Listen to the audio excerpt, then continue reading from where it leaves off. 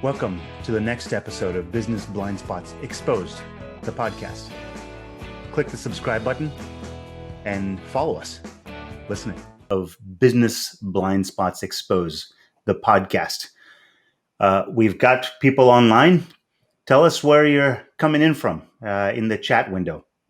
But while you're doing that, let me tell you a little bit about what Business Blind Spots Exposed, the podcast, is all about.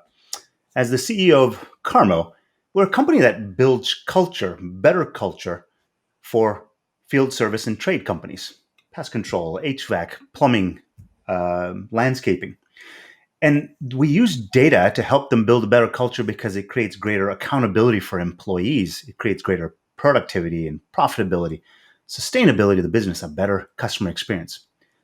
But while you can see some of the numbers and the data that tells you what's happening, gives you some of the ground truth as to what's happening in your business, if you can't see the blind spots, then you don't know where the story is going wrong. And that's the whole purpose of our podcast, is to learn lessons from people who've been there, experienced, who've gone through those blind spots and run into those blind spots like I have many times before in the past. They've learned from them, the lessons learned, the stories that goes along with them. And today I've got someone who I've learned quite a bit from. I consider him an advisor and a mentor, and has helped a lot with my company in terms of getting to where we are. Mark Friedman. Mark, how are you doing today? Doing great. Thank you for having me. Absolutely. So, Mark, the purpose of our podcast here is to share in the wealth of knowledge and experience that you've had in running companies before. When all the companies that you have run before, what is something that you've seen that the owners of the company didn't see that you wish they could have seen? Give me the first thing that comes to mind. First thing would be companies that haven't listened to their employees for ideas that their employees have, where they think they know everything and they really don't know what the employees know, because the employees are the ones producing or dealing with customers. I think that's one of the big blind spots that companies run into. So I want to pick that one apart a little bit, because I think there's a lot there. And that is, many times I've worked with companies, and the person who started the company was someone who was on the ground and moved their way up the ranks. Let's say it was a technician. They started out 15, 20 years ago. They've done it. But now they're in a leadership role, and they've got 5, 10, 15, 500 people working for them. And not listening to the employee is the most important thing for them to do. Did I get that right? Oh, I don't know if that's the most important. You said, what was the first one that came to mind? I would tell you, I'm sure you'll go through an intro, but I wear a lot of hats and have worn a lot of hats. One of them is as an investor. And we deal with a lot of early stage companies through both RTP Capital and through the Launch Place, two organizations I'm associated with. And one of the things we look at all the time is the entrepreneur. Any investor would tell you, you bet on the entrepreneur. The idea is a great, important thing, obviously, but that entrepreneur, if it's a great entrepreneur and somebody that could really lead, is going to take a mediocre idea and make it great, where a mediocre entrepreneur might take a great idea and make it mediocre. So it's a really important thing. But one of the pieces that we always look at is, what stage of the business can that entrepreneur be the right person until? So, for instance, you founded Carmo. If Carmo ended up being 10,000 employees and was ready to go public, is Vinay the right person to still be in that seat? Maybe you are, maybe you're not. But the important thing is for Vinay to be able to look at that and say, I understand I may have this company outgrow me, or I may be able to grow with it. So those are really important things. So in the example you gave, where that founder started out, maybe if it's in the pest control business, he or she was a sole operator, had their own car, they were going out trying to scrounge up business, and they had success. They grew, and they got 10 cars, they got 20 cars, they got 50 cars, they have a whole fleet, and all of a sudden they have employees, and they have to deal with seasonal issues and benefit issues and everything else associated with that. Is that person still capable of being able to do that? And are they still in touch with the people that are in the field, that are doing the services, and what do they hear from the people in the field? And if you're busy running the business, can you keep up with other things that employees might be able to keep up with? So all things like that were behind what I had said.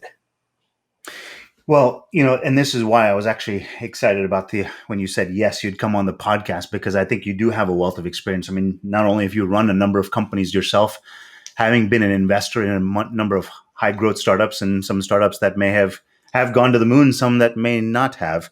I think you've seen perspectives and gotten ideas on, or I'll say, and correct me if this is the right word, got a general sense of who is going to make it because of their attitude, as opposed to whether it's just a smart person or not. So it's not about the smarts; it's about how they approach the company and how they approach the employees in the market. Am I getting that right? Am I thinking about that the right way? I think you are, although I'm not quite sure of the gist that you're getting to. So, even as somebody who's done this for a while, you still get surprised by things. So there could be somebody that you really have a lot of confidence in and faith in, and for whatever reason, it doesn't work, even if that person tries and does everything correctly. On the other hand, you might look at something where you just don't see where that's going to be for the future and how that's going to succeed. The story I always tell is that 15 years ago, if Google had presented as an angel investment, I don't know if we would have ever looked at Google. We would have said Yahoo is out there, Lycos is out there, Alta Vista is out there. Who would ever be able to see that Google would become this great and huge a company and such a success story? And maybe if you go back to what we had said originally, look at the entrepreneur and the person that's running the business. And there were some really bright and really energetic people that were there. So you might have taken a flyer that would have paid off very handsomely. But there are a lot of people who would have looked at that and said, you're going into a totally entrenched market where we know the internet back when Google was starting was 1/1000th the size, 1/1 millionth the size. I don't even know what the statistics are of where it is now. So you've got to be able to look at what's the growth of the industry, what's the growth of the platform somebody has. So I think what I'm hearing is that there are a number of dimensions that the leader of a company has to look at in terms of running a company. One of the first things that you brought up, the first potential blind spot, is the listening to the employees. But there's another dimension, is just understanding where you stand in the market, and are you the right person in the right role, the right butts in the right seats on the bus, kind of thing. Mm-hmm. Is there a secret formula? I don't think I've ever heard of one. You have a much broader perspective than me. What are the things that you look for? Is it humility in the owner? Is it their ability to learn? What are some of the key characteristics and traits that you've seen? It's a very interesting question. I don't know if there's any single set of traits. There are so many different characteristics that people have. You could be autocratic, you could be democratic, where you want all your people to make up a team and help you decide what those decisions should be. I think one of the things that you have to be able to have in almost all circumstances is some sense of balance. There is some level of being down in the weeds that every business owner has to get. But they have to be able to balance that between what do I have to do to get the work done? Somebody has to do this versus do I raise money to bring in employees, or do I have enough customer revenue coming in to do this? And do I sacrifice my own earnings to bring in additional people? And it's probably the most important part of that is how does that entrepreneur and whatever key members they have of their team concentrate on strategic macro items within a business versus being down in the weeds. So for instance, in Carmo, you as the CEO, you're doing a lot of the work. I know that. I talk to you all the time about the different coding and the different people that you're dealing with. But you also have to be able to have the time to look from a strategic and a vision point of view to say, this is an industry where we're going to focus on, and this is how I'm going to spend my time talking to the people in that industry so I could have a keen focus on what is the data that they're looking for and how can I make that data something or give them data that they don't already have, which I think is what you've really been able to focus on in the last few years now. Yeah, absolutely. Someone gave me an analogy of what I'm like, and they said, oh, Vinay, I think of you as an oak tree. You've got the branches above the ground that's broad and wide and shows. And then you've got the root system that is deep beneath the ground. What you need, Vinay, is the trunk that marries the branches to the trunk, and to the root system. And without that trunk, you're going to struggle. And I think that's highly personal for me in terms of kind of my personality and the way I run things. But that's not always the case. That's different per founder, per business owner and leader. Is that correct? Oh yeah, totally correct. Everybody has their own personality. I talk about culture an awful lot in businesses. And one of the things I try to stress is that there's no culture that's the correct culture. It's what's the culture that's most appropriate for that particular business at that particular time, that matches the employee and or the entrepreneur rather, and the CEO, and what they want to be able to have that business. I think there are bad cultures that you want to avoid in a business. Clearly a corrupt business you want to avoid. Things like things that just aren't ethical, and things that maybe are in industries you don't want to be a part of, whatever it might be.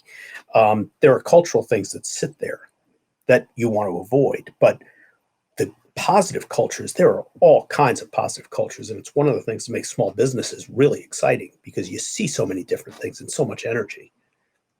So one of the things that I've heard from people talking about culture as a topic is this idea that whether you believe there's a culture or not, there is a culture. It's just whether you have acknowledged it or not.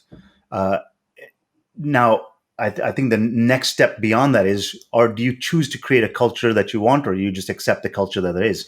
Have you seen any difference in the outcome of a company that controls that culture or intentionally builds that culture versus one that just kind of lets it happen? Oh, absolutely. First of all, I don't think it ever just happens. Okay. I think that culture is something that comes from the top down. Now, an entrepreneur is going to have a profound influence on what the culture of a business is. And for them to be comfortable in that business, that culture has to be a reflection of what they want to see. And sometimes you'll see a board give culture to a business if it gets to be a very dominant board.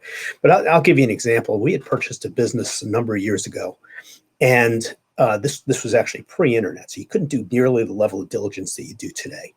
And we had interviewed a bunch of the different employees when we were buying this business. It was up north, and once we bought it, we found all kinds of things that we had not discovered, because even though we were given access to the employees to talk to, they were concerned about their jobs. They didn't know if the acquisition would go through. They weren't free to talk to the new guys.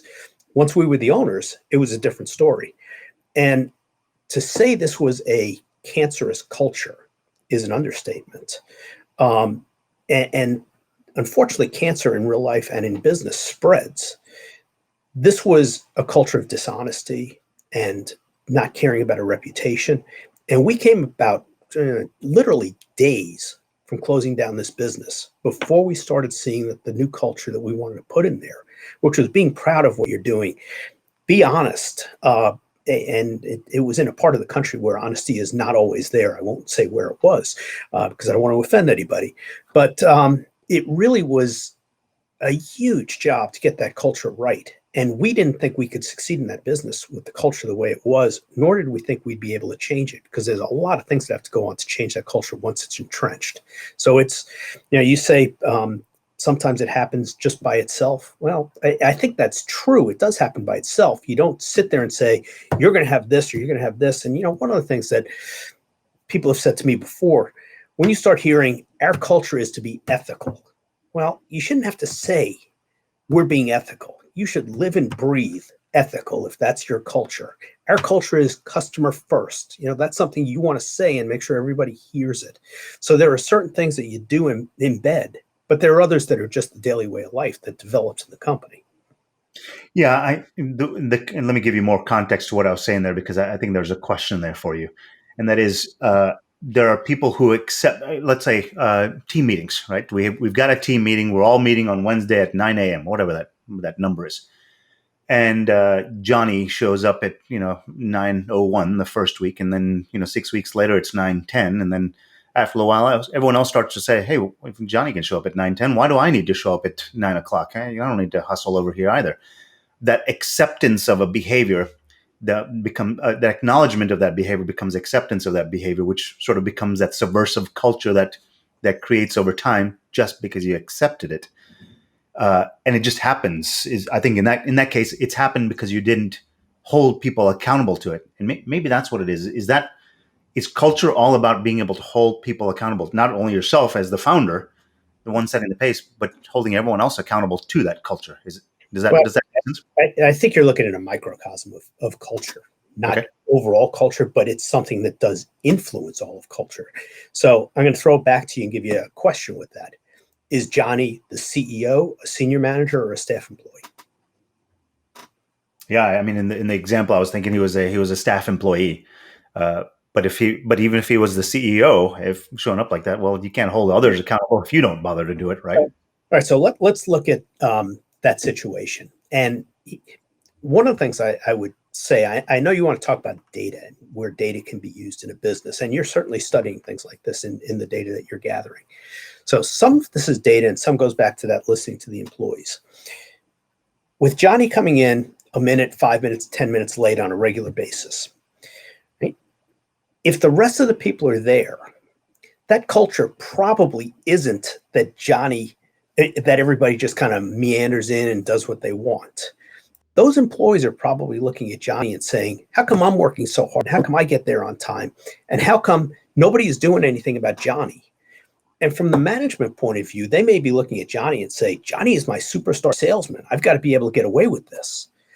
But there are ways to work with that. And there's ways to sit down with Johnny and say, Johnny, you have an influence on other people. And you may not realize this, but what you're doing is making other people jealous, not feel good about themselves, not be held in high esteem because they come and they're treated the same way as this person that's seen as a loafer.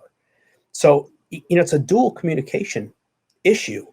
And these are some of the tough leadership issues that CEOs face or senior managers face in a business all the time. And what's the typical reaction? I know you know this from the data you're gathering. The typical reaction is to look at it and ignore it.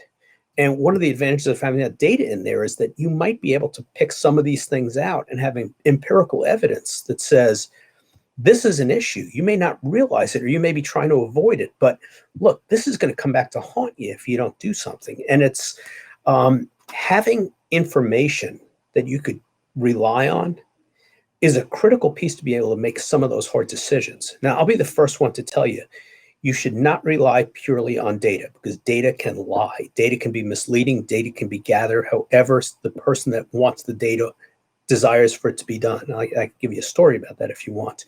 But having that data is certainly something that is valuable when you're making those decisions, and to even make yourself as the person that has to make those decisions feel better about that overall decision. So tell me the story. I'm curious.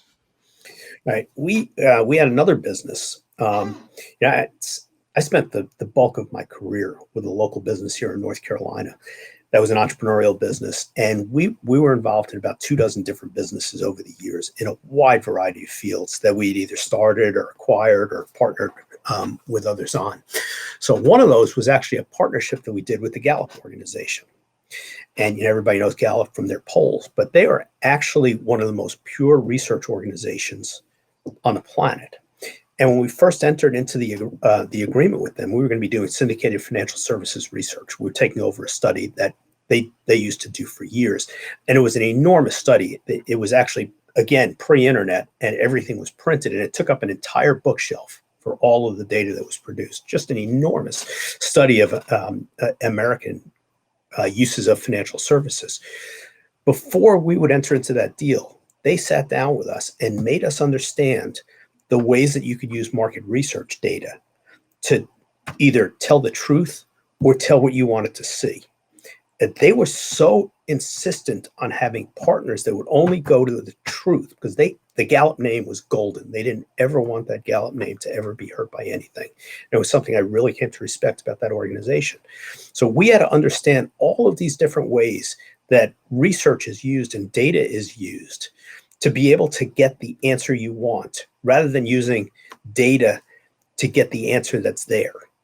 And it's a very important thing. You and I have had some conversations about this before with the data that you're gathering, and how you could be a data provider in two different camps. One is, I'm going to give a company data that they could use to go sell their products and do whatever they want, or I'm going to do the harder thing, which is really look and find the ways that I could use data to see what's actually going on. Yeah, I agree with you 100% there. The analogy I use is Shakespeare has written a wonderful book with lots of text in it. Data is like the text. If you organize it the wrong way, it's not in the right sentences, not in the right paragraphs and chapters, it makes absolutely no sense whatsoever. It can tell you anything that you want, but it's not the story that Shakespeare wrote, right? It's got to be looked at from the right perspective. And I think a lot of people say that data is the answer. Well, that's the furthest thing from the truth, right? It can prove anything that you want. Statistics lie, as they say.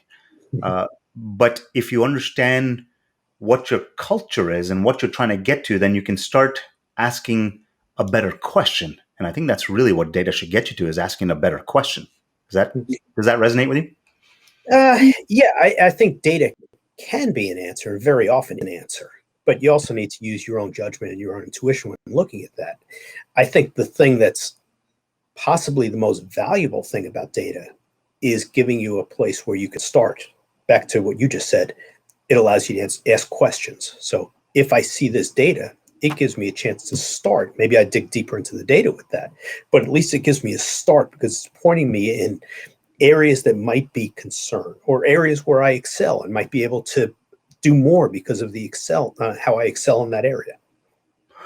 So when we look at companies, we tend to look at key performances. Did someone drive fast? Did they arrive on time? Did they leave late? Did they stay on site for too long?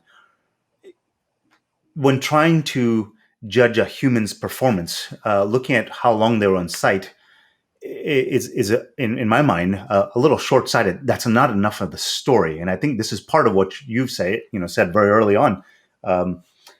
You need to talk to the employees. Back to the question again, right? You got to be able to ask the right question, not just what's playing in your head. Yeah, you and I had this conversation when you were first starting these dashboards, and I'm glad you brought it up. I remember it very clearly. And we were looking at different instances of data. And one of the things you had said is a company can make more money if the business has shorter stays for whatever the service might be. But, a huge but, what if that business isn't liked anymore or it doesn't get repeat business because the service isn't doing the complete job? So how powerful is it if you could then combine what's the stay for somebody for X service versus what's the customer satisfaction from that person? And if you could find the trend that says, if this person is there for 30 minutes, let's just use any industry. We'll pick home cleaning, maid service. Sure. If somebody is there for 30 minutes, the satisfaction level is 1. Right? I may get 8 30-minute visits a day, but I've got really crummy satisfaction, so I'm going to have a lousy reputation. I'm not going to get repeat business. But if that person stays 47 minutes, all of a sudden my satisfaction ratings move up to a 4. Well, you're going to make more money on a book basis in the short run if it's a 30-minute appointment and you're charging the same thing. But look at how much repeat business you might get if that 47-minute appointment starts yielding additional business and additional returns because of the higher satisfaction rate. Agreed. I think where I'll use the word short-sighted, where a lot of people tend to be short-sighted is in that they look at these individual performances as individual, not related to anything else. It's all those things together, like you're saying, the tie between all of them that makes all the difference in the world, because that's the behavior that you need, not just an individual performance. Did I hit that nail hard enough? kind of question. Yeah. Because I want that sustainability of the business, sustainability of that customer relationship, and that revenue stream.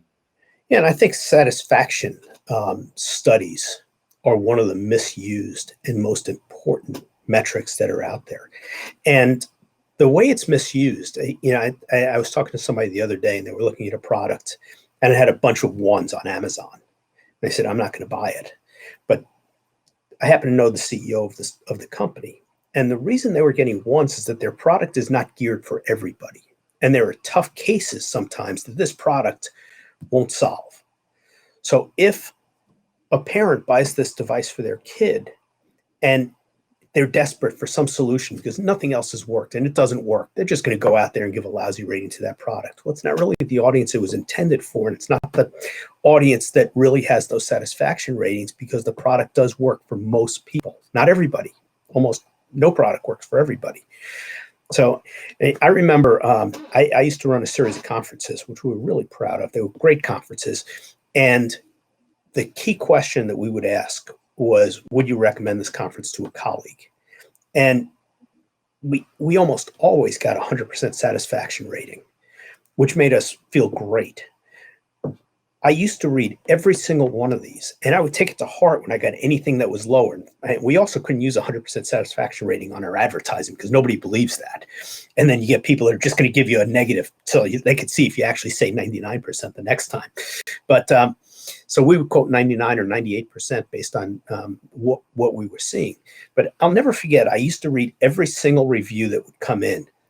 And especially the ones that said no, because I was the chairman of these programs. I used to see it as a failure, which was just silly. And I'll never forget looking at one of them.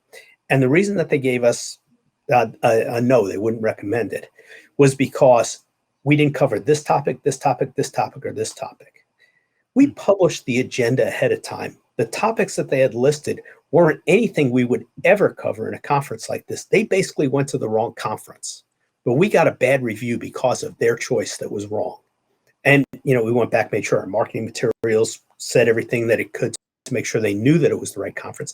And we gave them a refund for the conference because we felt badly they didn't get what they wanted. But that bad review had nothing to do with what we did. And, I think you just learn that after a period of time. Yeah, that's really interesting. And I'll be the first to admit I've been accused of having happy ears. I want to see what I want to hear, what I want to hear, not necessarily dig the layer below to get the real message from what is happening. Well, let me add something to that, Nye. I'm the same way. I want everybody to be happy that I deal with. I don't want to give any impression otherwise. Anybody that knows me knows that's the case. But that person that wasn't that, one of two things could have happened. We could have just ignored it. And they probably would have told a bunch of other people, this is a crummy conference, don't ever go to it. Even though the reason that they gave it a lousy review had nothing to do with the conference itself, and most of the people they would have said that to would have enjoyed it. But being able to talk to that person and make them understand made them realize we're not just this big company that has an 800 number, but we're actually people and we actually care. And I could guarantee you, even though they had a lousy experience at that conference, because we spoke to them, they never said anything bad about that program. So it's a really important thing to be able to do. And that goes back to the data and being able to take the data and put it into usable ideas and usable actions. So one of the things I try to talk about in terms of the data that we gather is there's this word empathy, right? And creating this empathetic data. I'm starting to hear a lot of people use the word empathy, and I think it matters because when I hear the word empathy, I hear just what you've done, asking the question, saying, so not trying to convince them that you're thinking right so much as just asking truly to understand why did you think that way? Is there a lot of fluff around this word empathy? Does it matter? Do you think that shifts the way the conversation goes? Is it better to do that way?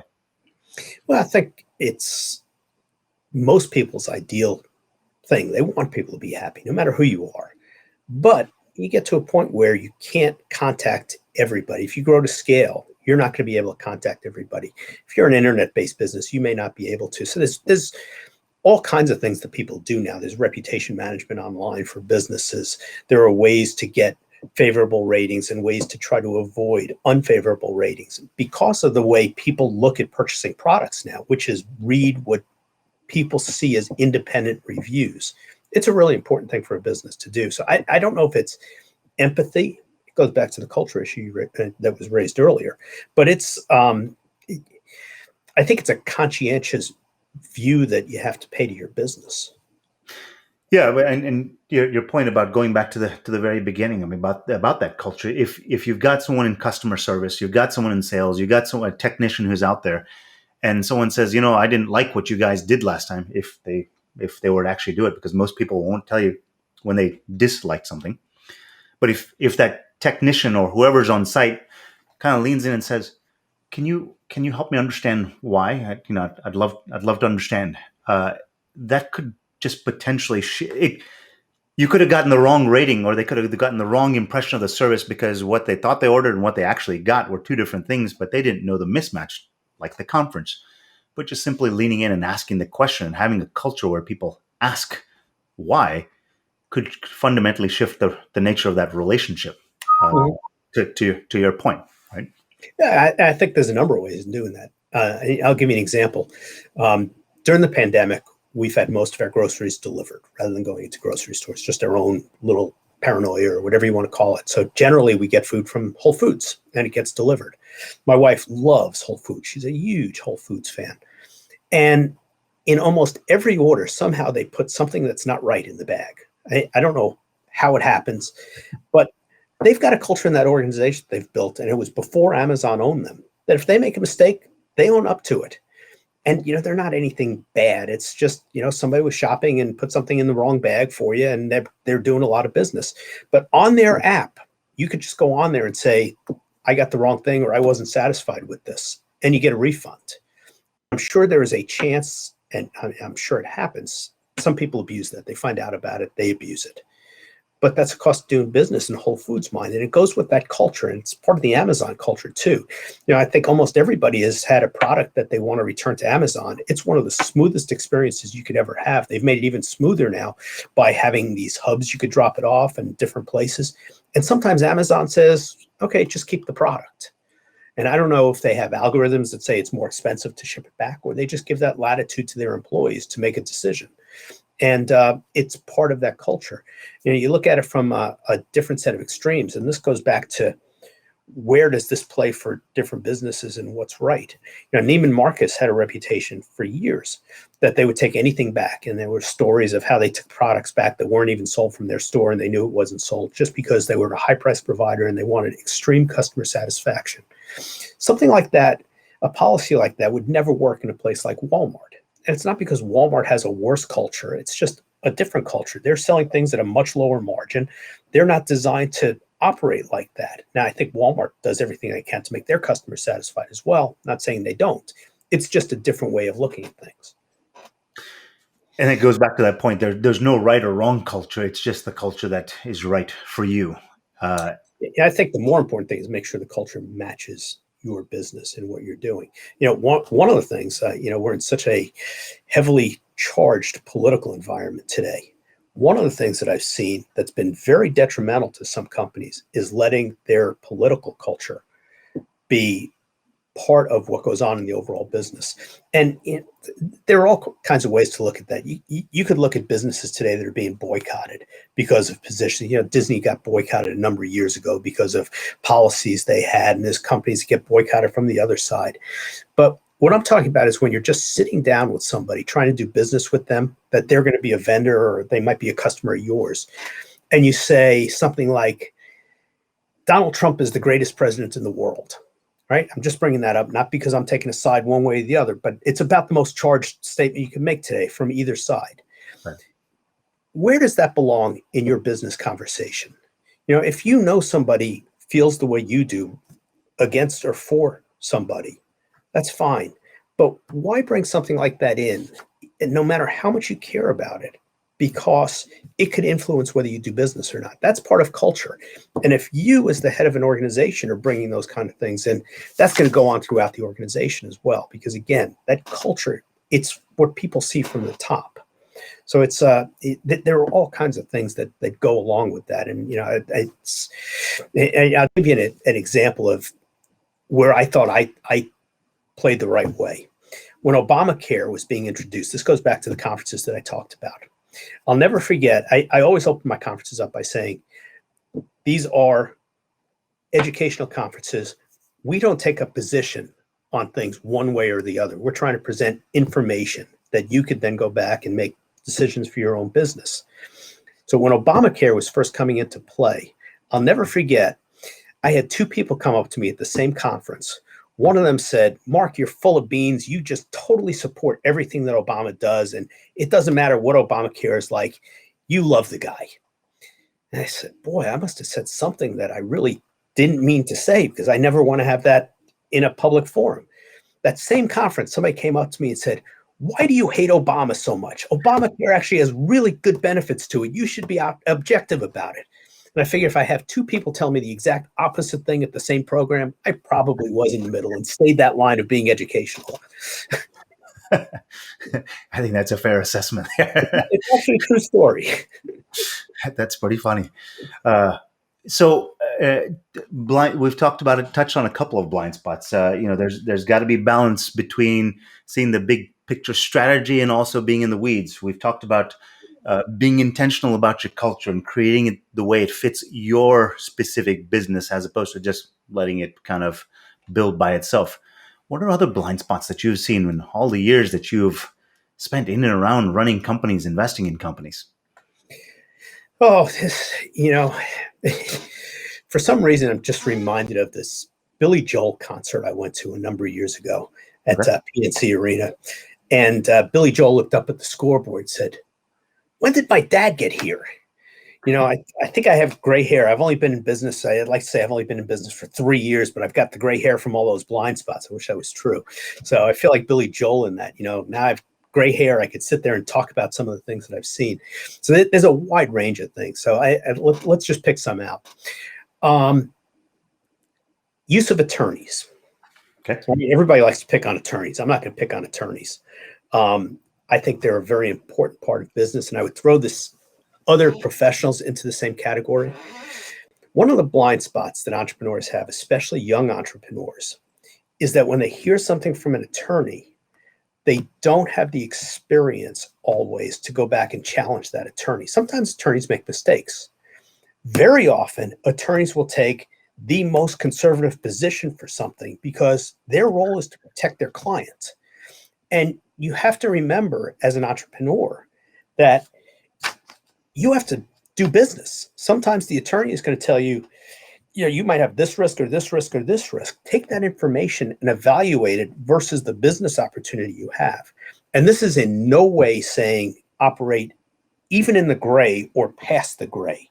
It's take the advice of your attorneys and understand what that actually means. Spend the time to go and research it a little bit.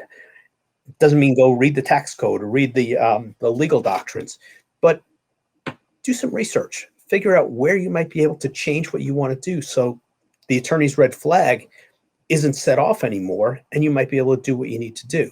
So it's a two-edged sword there. One, listen to your attorneys because they're giving you guidance for a reason. Don't do something stupid. I always go by the smell test. If it looks like, it smells like, it probably is. Don't do it. But at the same time, understand your business. Remember, your attorney doesn't know your business as well as you do. They know the law, and they're trying to give you that guidance. So listen to their guidance and then understand what the ramifications are for you and how you might be able to do something to stay within their guidelines. Attorneys are a guardrail, not the road forward. I think that's a good way to look at it. Yep.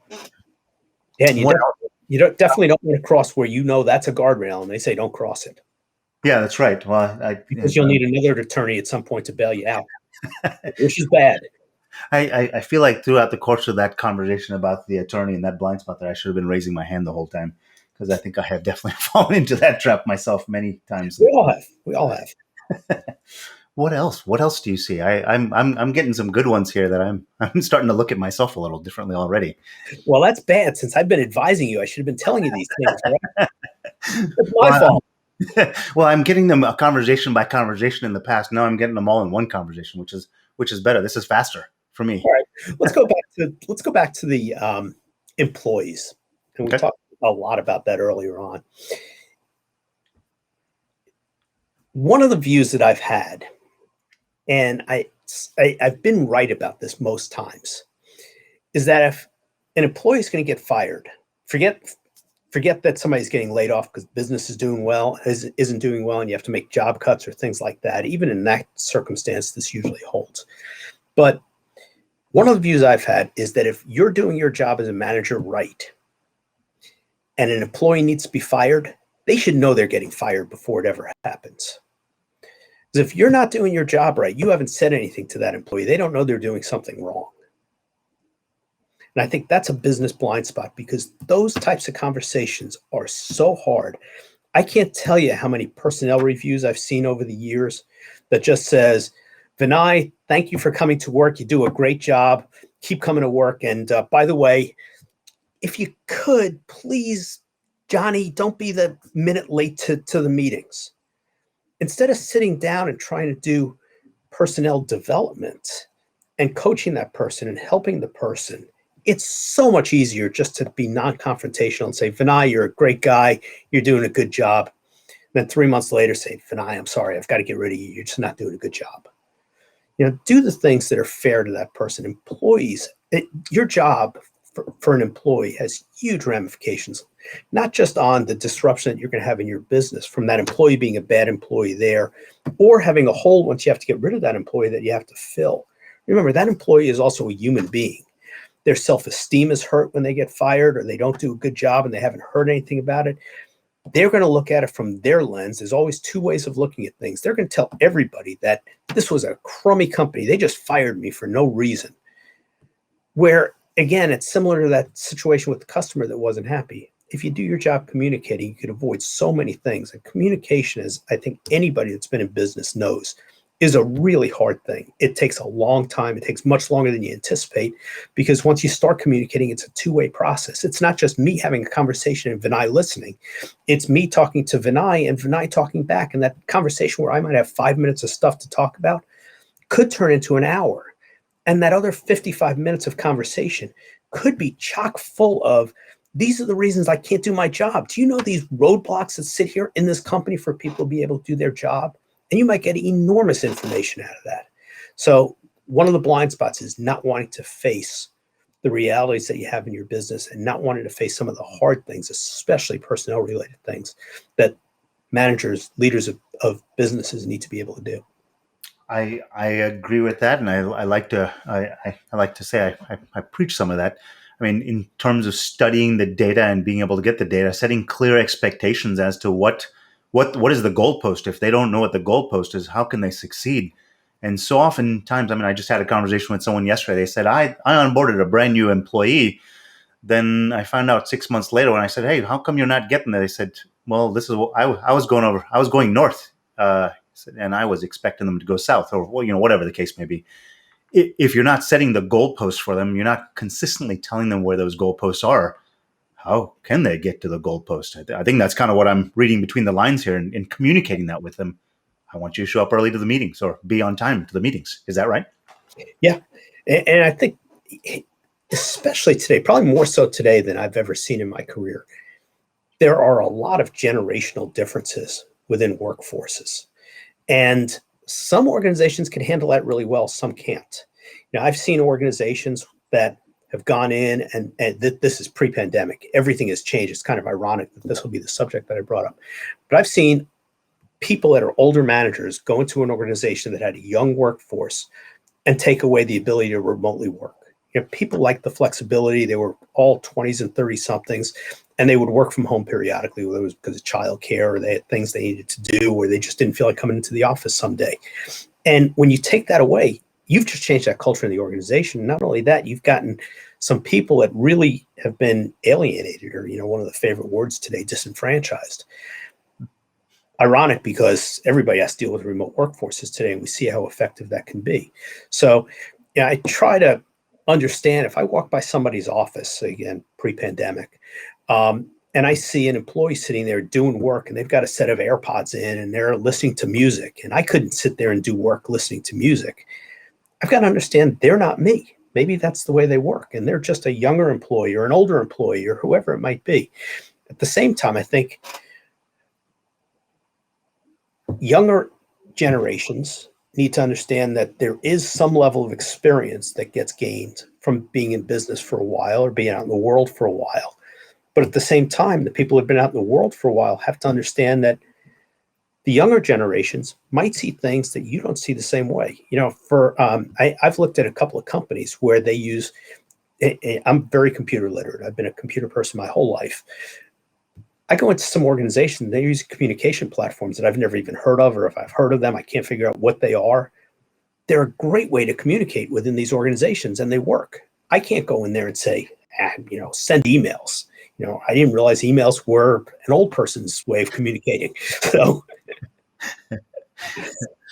I'm starting to find that as I try to communicate with my kids that I can't use it anymore. I remember when emails were magical. These long addresses, and wow, you could send something to somebody and they get it immediately. That's it. And it's not going through a telephone line and a fax machine. How'd that happen? So, the world changes a lot, and you have to be able to adapt. And that's part of those generational differences, is being able to take advantage of the knowledge the newer generations have. So when you're saying that, something that sort of came up in my mind as you're saying that and I don't feel like I hear this so much as of late, but I used to hear a lot, oh, those millennials, and kind of you get the eye roll, and they're like, yeah, what a bunch of untitled whatever else. And my gut reaction to that has always been, gosh, what a missed opportunity when somebody says that. They haven't taken the time to truly understand from another perspective. Is that the way you see that as well? Yeah, it's very funny you bring that up. I'll go back to my conferences. These conferences were in the retirement plan and healthcare space, where we educated employers on the best way to offer employee benefits to their employees.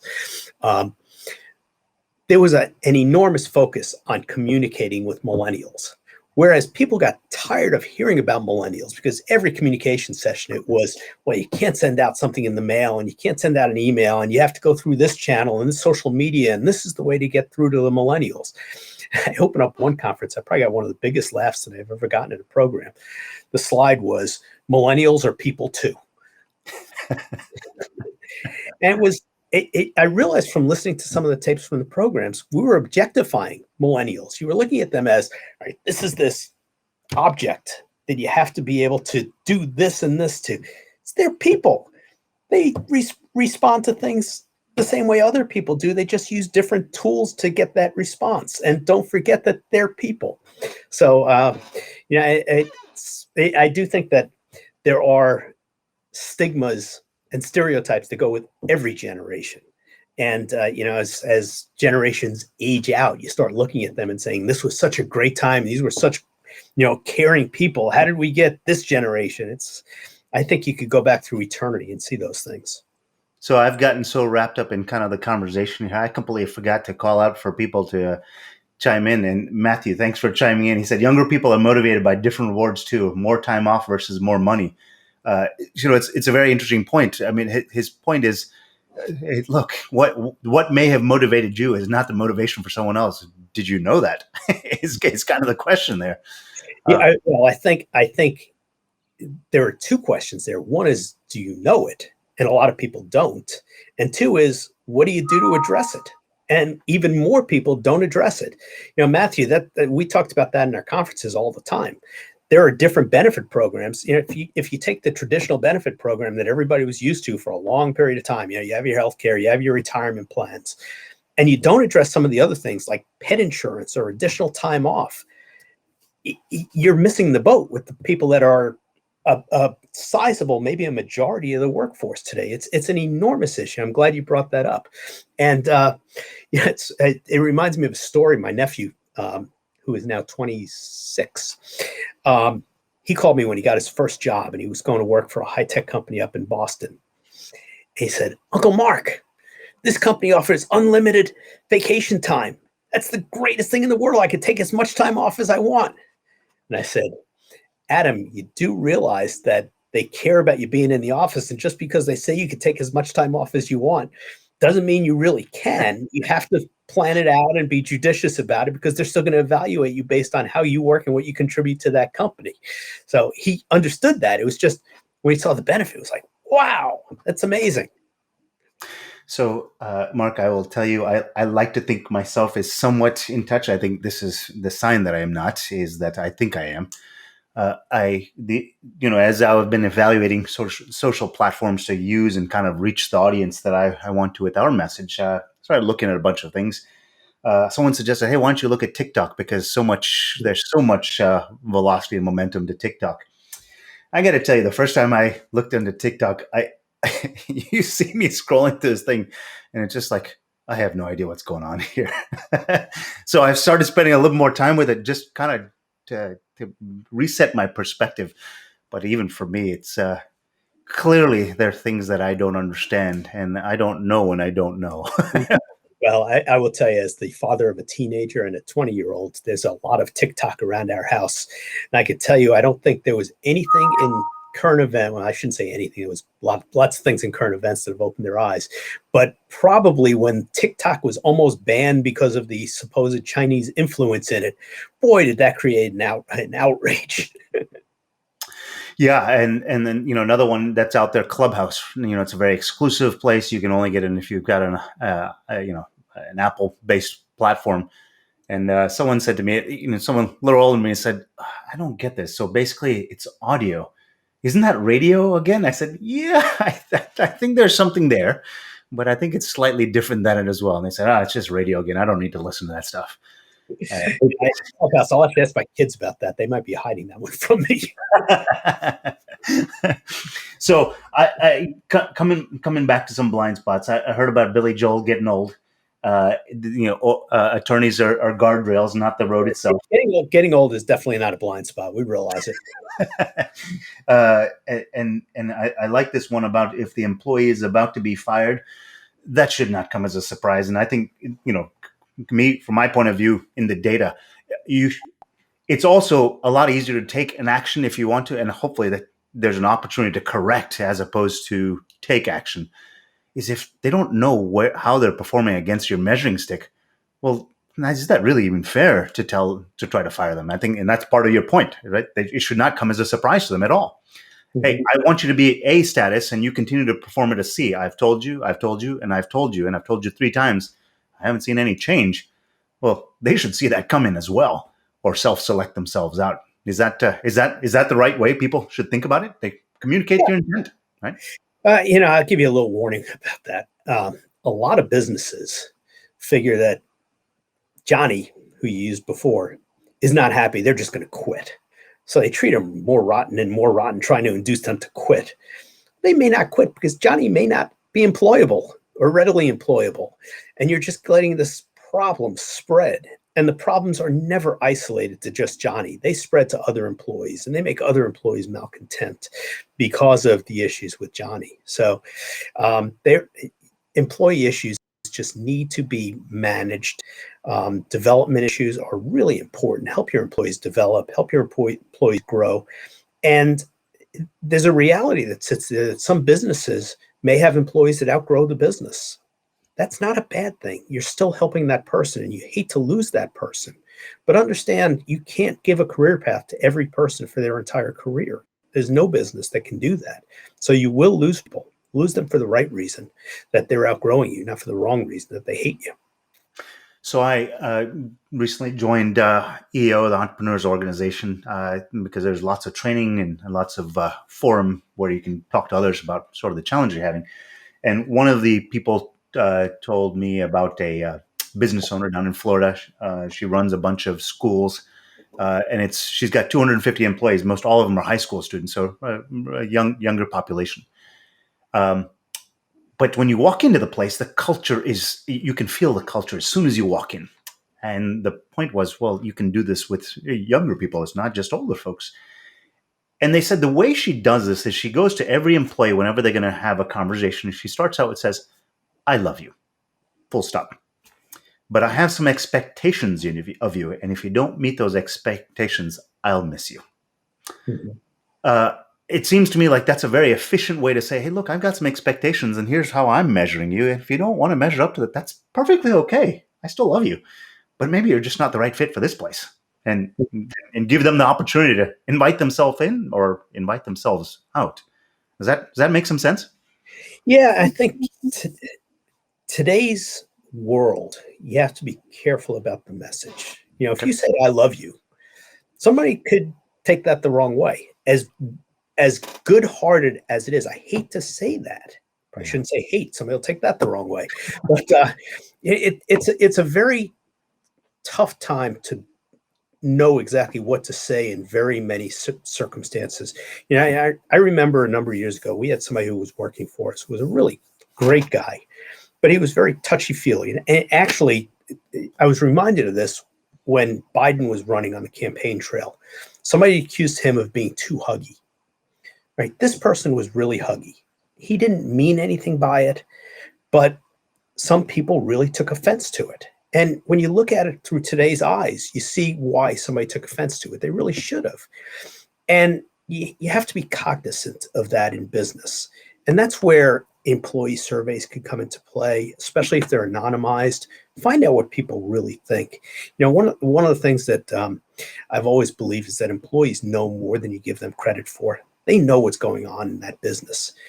But also, sometimes they misinterpret little snippets of information. That's why you go back to the communication aspects of it. If you think employees aren't going to know something, they probably do, but they may not know the right thing or the whole story of something. Now, I'll never forget, we had a rumor started in one of our companies that we were selling one of our businesses. And they even knew who we were selling it to. It was another business that we were associated with. I will tell you, we never had a single discussion about this. Somehow, this rumor got started in the company that they thought we were doing this. The kicker of it is we ended up selling the company to that company they thought we were going to sell it to, because when we heard the rumors, we said, why didn't we think of this? That's a fantastic idea. That's really pretty funny. One of the things that I say to people is, as you start to talk with employees and try to build this culture, it makes a lot of sense to help employees build equity in the outcome as well. If they're invested in the outcome, their why is aligned with the company why. Gosh, I mean, you don't want your left wheel going left and your right wheel going right. If everyone's going in the same direction, isn't that a faster car? We use a slightly different analogy, but the exact same thing. It was that if you have people in a rowboat and they're rowing opposite ways, you just go in circles. You all have to row the same way. Yeah. Wow. Well, we've got just a couple more minutes, and I think I've jotted down a number of different things here. But I'd like to maybe kind of ask you, if, based on what you've seen in companies, based on the things that you've seen go right and wrong, if you were to give the first three things that you would give a business owner, a leader in a company, as the tip blind spots that they should look at, which ones would you say first? Number one, make sure you're an expert in what you're trying to do. Okay. There are other people that could come along and understand the business better than you do that could take the business from you. Now, that doesn't mean you have to be the know-it-all of everything. You can get people in that are going to make you know that. But understand your business. Two, I would say understand where you want to take that business. One of the things that I've talked about a number of times in different settings is that in many ways, entrepreneurism has been a term that's been hijacked to some extent. And there are so many entrepreneurial opportunities today. When I got out of graduate school, I went to Duke for grad school. Out of 140 people, I was the only one that went to work for a small business. That is so different than it is today. There are so many opportunities in entrepreneurism and so many people that are going into entrepreneurism. But one of the things that's gotten, in my mind, mislabeled is that entrepreneurs are viewed as, or an entrepreneurial business is viewed as a high impact business that's going to take in investment dollars and sell itself in a relatively short period of time. And the reason I say the term has been hijacked, my dad was a dry cleaner. He spent his entire career operating a dry cleaning store. He loved his business. One of the hardest decisions I ever had to make was when he asked me if I wanted to go into that business with him. And for a variety of reasons, I stayed here in North Carolina instead of moving back home. But that's not part of the story. I viewed my dad as one of the most entrepreneurial people I knew. And this was before entrepreneur was even a word that was used regularly. Today, that business would be considered a lifestyle business. And I think it's unfair that there are lifestyle businesses that are out there. You're working in the pest control business. Many of those businesses are lifestyle businesses. And I would guarantee you some of the CEOs, some of the business people you've spoken to, you consider entrepreneurs, and those are entrepreneurial businesses. So there are lots of different areas. When I left the business in North Carolina that I talked about before and went to another one, I went to a big dental company that had practices in 39 different states. We had about 1,500 different employees. That was one of the most entrepreneurial businesses I've ever seen. it's not what we would typically think of in this area as an entrepreneurial business anymore, because it was a 40-year-old business, but they thought entrepreneurially, just like that dry cleaner or just like that pest control business might think. So, I don't even know which point I was on when I got off on this tangent, but it's an important thing to make sure that you stay in the lanes that you want to stay in. I'll never forget, I ran into somebody from American Underground a few months ago, just before the pandemic hit. And they had a young student from one of the local colleges that was with them. And he wanted to go into a brick and mortar business. And he talked to me about this whole notion of, am I an entrepreneur? And he was feeling badly about himself because he wasn't going to start a SaaS-based software company or whatever it might be that could be, $100 million in 3 years. Well, most of those businesses don't get to be $100 million in 3 years. A lot of them fail. And there's absolutely nothing wrong with going into that brick and mortar, retail, whatever type business it might be, if that's what your passion is. So I think that would be that. That's not a blind spot, but it would be something that I would add as a tangent to it. Pursue your passion. It's really important. You spend a lot of time at work. So the entrepreneur should pursue their passion. So I wrote that one down as entrepreneurism has been hijacked by this what I'll call this sensational unicorn mentality. Everything's got to be $1 billion company, and everyone, you're not an entrepreneur unless you're talking about $1 billion valuation. Yeah, and I think hijack may be too much of a word, but I think it's the way when people think of entrepreneurs, that's the first thing that comes to their mind. And there are a lot of types of entrepreneurs that are out there. And pursue the passion. I Yep. think is clear. I mean, because then you can see yourself through the hardship, because if you love it, gosh, you don't see the cuts, bruises, and scars. You see the goal that you're trying to get to, and cuts, bruises, and scars come with part of the journey. Oh yeah. No matter what business you're going to be in, there's going to be some cuts and bruises and scars. And if you're doing the business that you like, you're going to smile and fight and find a way to make it work. Do everything you can to make it work. And as an investor, that's one of the keys that we look for in that entrepreneur. Are they going to do everything they can? Or when the going gets tough, are they just going to say, it didn't work. It wasn't my money anyway. That's not who you want to invest in. Yeah. Well, Mark, thank you so much for sharing all these things. I what happens next is we take some of these and we get some little sound bites here. I think there's lots and lots of nuggets of wisdom here that I got, as I do with every single conversation I have with you. So thank you on two accounts. I'll be pushing this out to YouTube and all the little clips, and also as well as out to Apple Podcasts and Google Podcasts, so others can listen. Thank you. Thank you, Vinay. That's very complimentary of you. I appreciate you saying that. This was a lot of fun to do. I hope the people in the audience enjoyed it. And if I could help or people want to get in touch, so you can contact Vinay. He knows how to get me. So Thank you, and keep going with your business. You've got lots of promise. Will do. Thanks, everyone. Thanks.